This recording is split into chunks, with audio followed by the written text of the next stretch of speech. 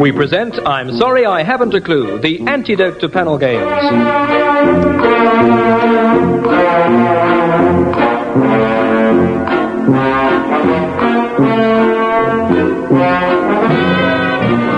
At the piano is Colin and your chairman is Humphrey Lyttelton.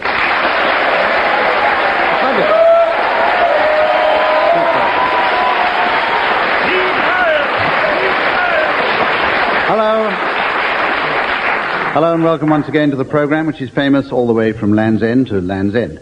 Let me introduce the teams right away. On my left, Barry Cryer and Graeme Garden.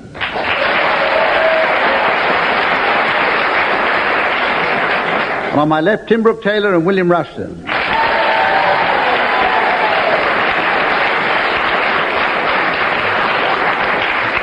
They'll be playing a series of games which defy belief, and we're going to start right away with the first one, which is called Double Feature. This round arises from the parlous state of the international film industry. For economic reasons, new films have to be remakes of pairs of old films, and I want to hear the resulting titles from the team, starting with Willie Rushton. I thought a happy marriage of Tom Thumb and She Stoops to Conquer. There's somebody up there likes me. You thought that, Willie. I thought that, nobody else did. Yeah. I'd agree with that. Totally worldly living. We must get taller audiences. Yes? Yes, I thought that was very good. Very good indeed. Yes. Okay.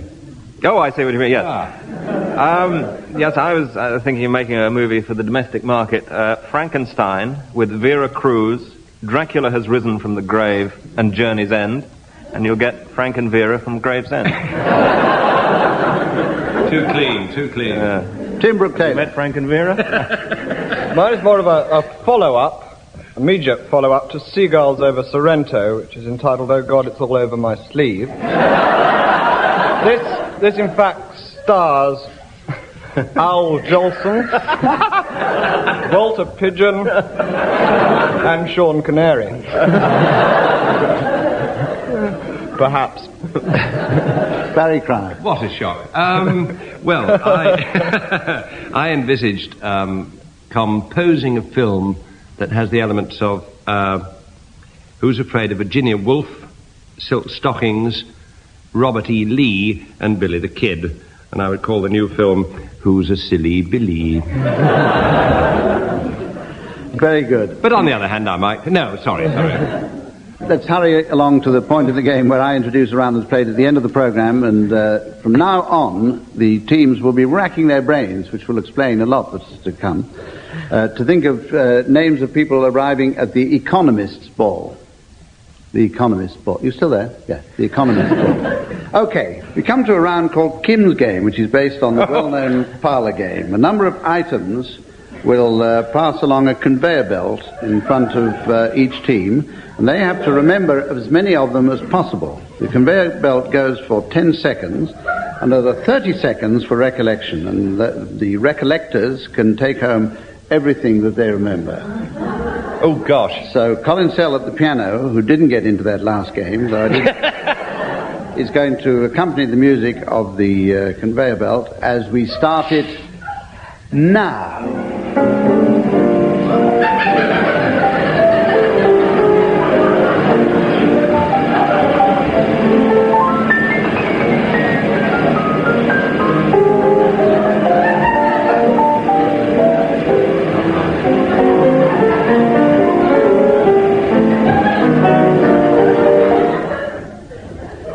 Right.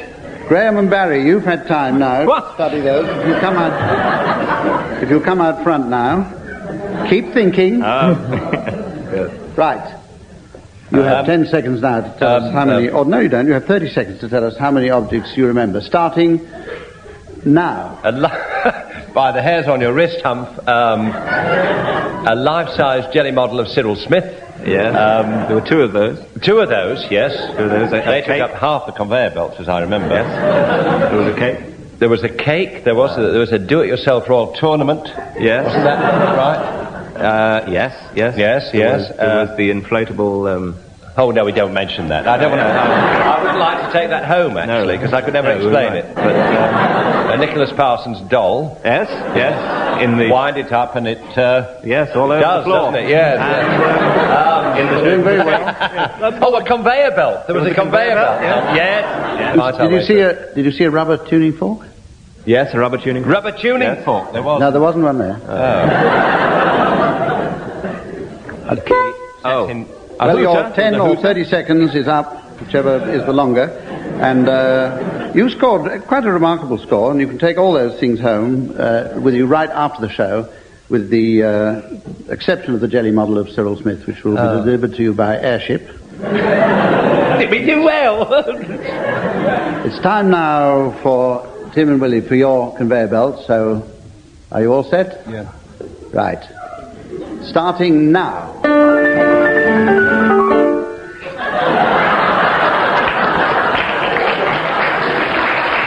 Right.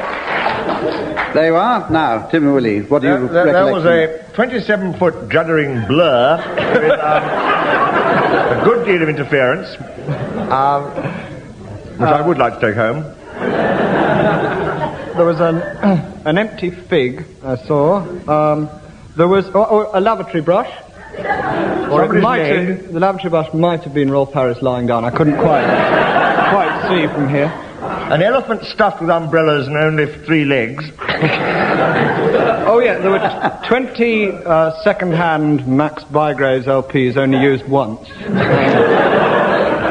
And yes, one of those. Yes. And a good. duck. That's all. Thank you very much. You've had your 25 seconds. And you've done a good deal well. of fun. We're going on now to the ad-lib poem. The team's going to make up a poem. Each member must keep going until I press this buzzer. Then a member of the opposite team must take over. This goes on until we reach the natural conclusion or until the studio is cleared. I give you the first line. Graeme, I'm going to ask you to take up... A drama. I'm going to ask you to take up the opening line, and here it is. It was the best I ever saw from Bristol to Benghazi.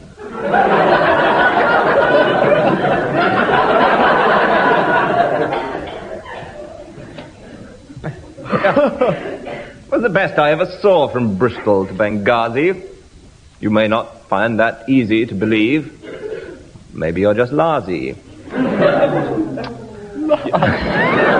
Not arsey, you know. It's not arsey. Now, lazy is a funny word. Pronunciation's apt. Tim. The judge said, "I quite agree," and his gavel he then rapped. The judge we have not mentioned before this moment, here in time. The judge, his name was Justice Once. He was a friend of mine. When I say friend, he wasn't close. More an acquaintance, he. Oh. Yes. Yeah. In fact, I'd only met him once. He once came round for tea. He ate boiled eggs and ham and stew, and rhubarb tart as well. Ole. He said, "Now have a cup of tea. And your story, please do tell.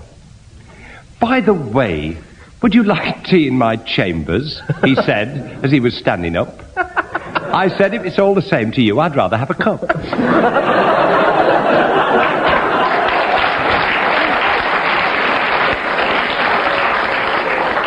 And so the bags, they were brought out, and jolly girls were they.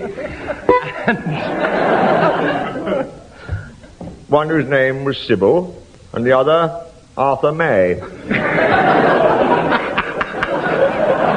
A motley pair to find around the environs of Lincoln's Inn. But then, if you wanted round with a wig on your head, you can't always win. Next day, the judge and I, we were up before the beak. Which, let us say, be honest, is better than being up the creek. The magistrate, with aspect stern, rebuked us. And he said, "Pray "Will you, sir, remove that hat or wig from off your head?" The judge said, "This, sir, is a symbol of my place in law." It's boring, but it's accurate. My place in law. In law, I've got to try and law now. And come to that, you've won yourself. What explanation's yours? The magistrate called upon Humph to press the buzzer then.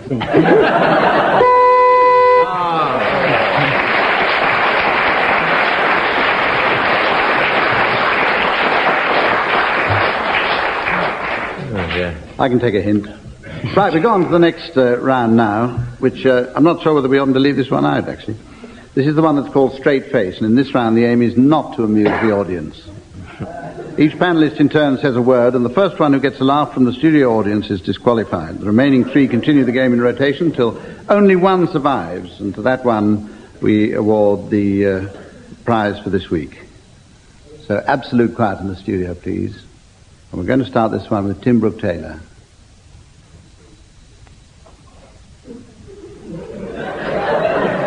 Quiet, please. New Ballspit. Cottage. Plinth. Trifle. Rumble. Rhubarb. Sorry, Tim. Sorry about that, Quite Tim. You're right. disqualified. That's, Can we take it up again with Barry? Gusset.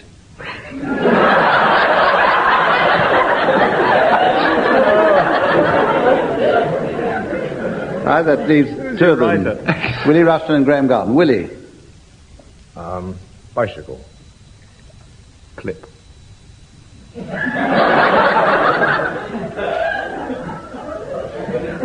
There's a lot of coughing in the audience, don't you? Abraham's bosom. That's two. I know, but Tim's... Both Willie Rushton and Graeme Garden are disqualified. So, Tim Brooke-Taylor wins that round. We have the round now which is called tag wrestling. This one's absolutely riveting, as you probably remember. This one I give each team the payoff of a story, different payoff for each team, and I then start one team off telling a story to work towards their punchline. And whenever I feel like it, I shall press the buzzer, and a member from the opposite team will have to take up their story, making for their punchline. And we'll have, first of all, Graeme and Barry, your punchline, if you'd better write it down, because it's a bit complex. All right? "I'm a ferret handler," said Craddock, "and this stethoscope is booby-trapped." And Tim and Willie, do you want your punchline? We better have it, I think. "With a final tug at his cucumber, Mildred put the bicycle pump back in the wine cooler." Right, now, Barry Cryer, if you start your story working towards your punchline. George Craddock woke up at 7:30, as was his wont, and indeed his will, and leapt out of bed and went straight down to see his ferrets. These were his passion. Meeting in the yard Dr. Grimsdyke, Who fortunately reminded him that today was the start of the Tour de France. "Look after my ferrets," he said, with a firm hand. He didn't say it with a firm hand, he meant look after the ferrets with a firm hand. He steadied it through thin lips. And leaping onto his bicycle, he set off for the channel. Remembering to put the bicycle pump on the bicycle so that it came in later. Once across the channel, he fell in with his partner.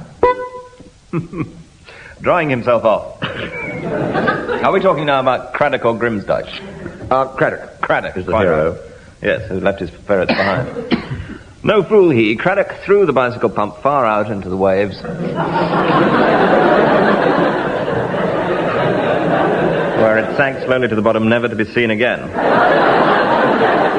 Leaping onto an imminent hovercraft, he made his way home to the ferret farm. There he found Dr. Grimsdyke. Not that funny, Barry. There he found Dr. Grimsdyke studiously looking after the ferrets. In fact, only one was still alive. Dr. Grimsdyke, he said, depressed I am, condition in. This isn't a poem, is it? No. Tell me one of your old yarns about when you used to ride bicycles. Oh, in the olden days, said Dr. Grimsdyke, helpfully. That would be when I went cycling with Mildred. Yes, that's the one, he said. Well, I cycled over the channel, he said. And over the channel we went with this boat, and it broke down. And out came a tug. This story was self-evidently so boring that Craddock thought, I will kill this man if he doesn't stop this story. So he wrenched the stethoscope from Dr. Grimsdyke's neck. Have a care, he said. I'm a ferret handler, said Craddock. And this... Killed him and set off to the channel again.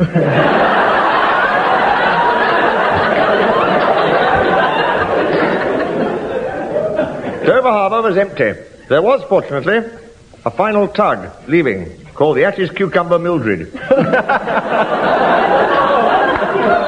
Actually, it was the ATS Cucumber Mildred, because she'd been in the Ats and had a funny way about her, which I wouldn't advise you to take on even a 14-day tour. So, with the final tug, the Ashes Cucumber Mildred, he set off across the channel. Falling in, fortunately, with a man who was by profession a wine cooler, who would walk around, heavy red biddy, dropping ice into it, or, I mean, those who know their wine cooling will know. It's a pretty technical experience, but you can cool wine quite quickly if you know your way and your onions. Onions don't come into it. They came in. Can I buzz for repetition? No, it's the wrong programme, sorry. Onion's not coming into it. He took a flagon of cool wine and set off back for England. There, at the docks at Boulogne, he saw a boat, That's not in the English. HMS Tandler, said Craddock, and this stethoscope is booby-trapped. Oh, what kind of boat are you, he said. I'm a ferry, Tandler, said Craddock, and this... Wow. Yeah, we'll let him have that. Yeah.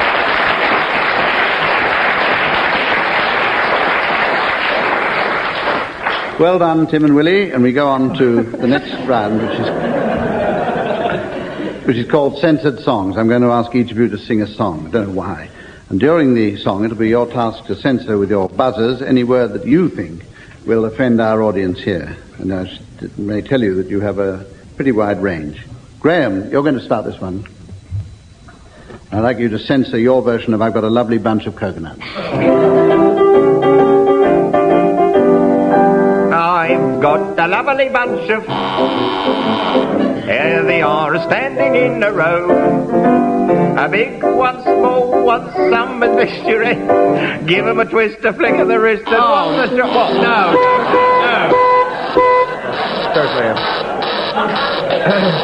Self-praise is no recommendation. It's a kindness, I think. It's in the long run. To be fair, it was a long run. Tim, will you bring a little innocence back into the programme with your song, which is When the Children Are Asleep? Oh, that's great. When the children are asleep, we'll sit and the things that every other dad and mother. When the children are asleep and lights are low, if I still knew the way I you today, you'll pardon my saying, I told you so.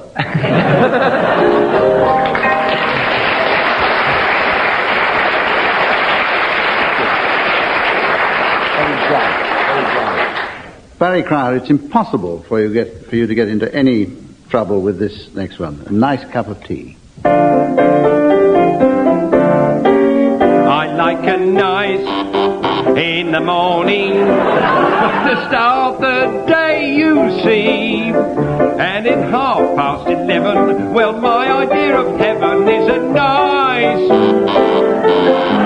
I like a nice with my dinner, and a nice with my tea, and when it's time for bed, there's a lot to be said for a nice cup of tea.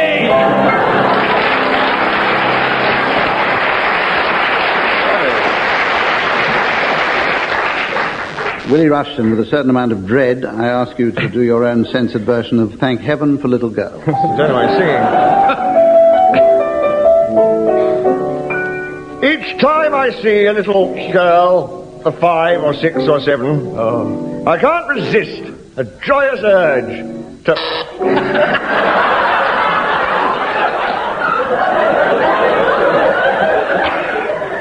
and say, thank heaven.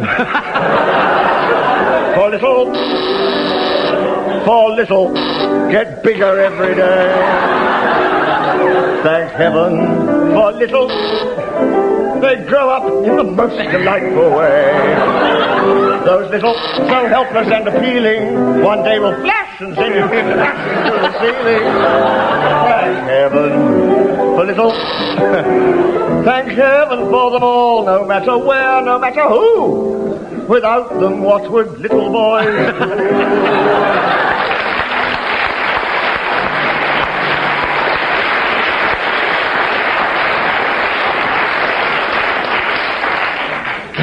Thank you. This is the point of the programme where I go home now so that I can miss your announcements to the arrivals at the, what did I say, the Economist ball.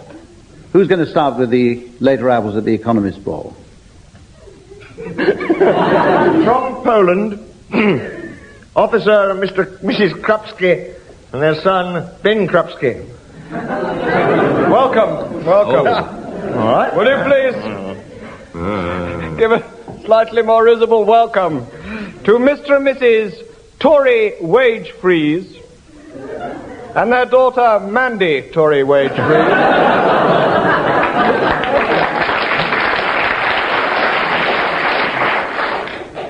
Guests of Mr. Lyttelton, and welcome on the strength of it, Mr. and Mrs. Ray Nance and their stereophonic son, Hi Fine. Will you welcome, please, Mr. and Mrs. Needle Street and their son, Fred Needle Street, and, of course, his wife, the old lady of Fred Needle Street. And their funny daughter, Bianca England.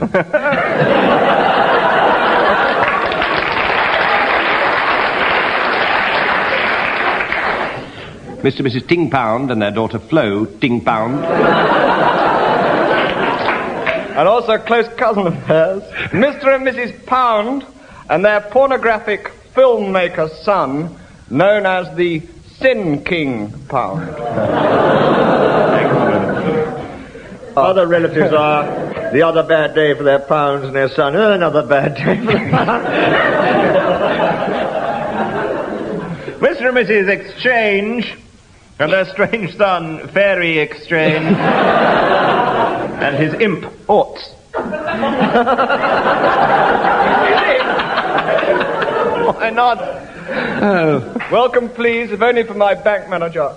Mr. and Mrs. We're going to do about your overdraft. And their son, what are we going to do about your overdraft? Herr and Frau account in a Swiss bank, and their son is known as the Gnome Bert account in a Swiss bank. Mr. and Mrs. Cost of living's gone up again. And their lovable TV personality son, Biloddy, cost of living's gone up again. Lovable? I withdraw my entry. Please really welcome Mr. and Mrs. Combs Policy and their unemployable son, the unworkable Ian Combs Policy. Excellent. And will you welcome also, please, loosen your stays to welcome Mr. and Mrs. Dunn putting my money into shares, and their son, Watt, F.I., Dunn putting my money into shares. Mr. and Mrs. Tedge Securities and their daughter, Jewel Tedge Securities. Like that. Like it. Somebody knows her. Will you please, on a hopeful note, welcome Mr. and Mrs. Million unemployed by Christmas and their son, Arthur Million unemployed by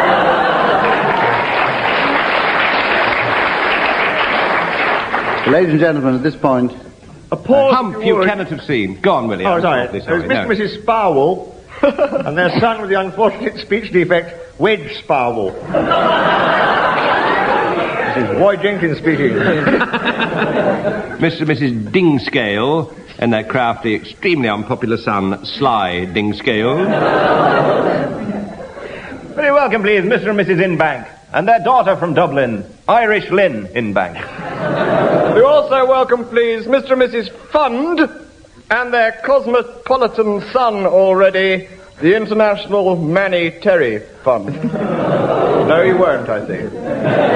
A Greek party who have just visited a recording of the goodies. Will you welcome, all the way from Athens, Mr. and Mrs. Motion Study and their son, Timon Motion Study. That's well-known ragbag, stop, go, and son.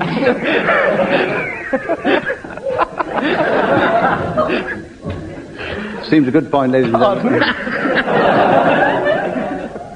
Mr. and Mrs. Monius and their son, Percy Monius. We needed an anticlimax at the time. And from America, Tex Fiddle. This is the wall and their son backs to the wall.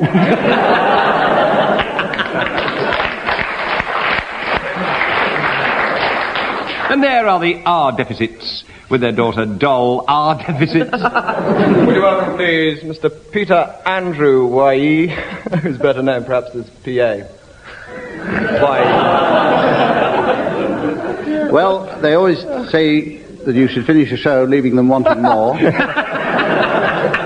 So this is the point where I tell you the score. Oh, God, the score. Can you come back next week, teams? No. Because I'll tell you then. You're all doing well. And we shall be back with you next week. That's all for this week. So until then, goodbye now.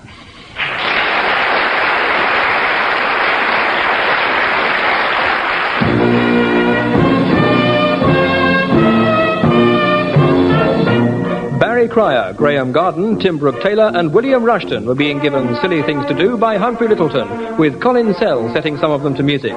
The programme was produced by Simon Brett.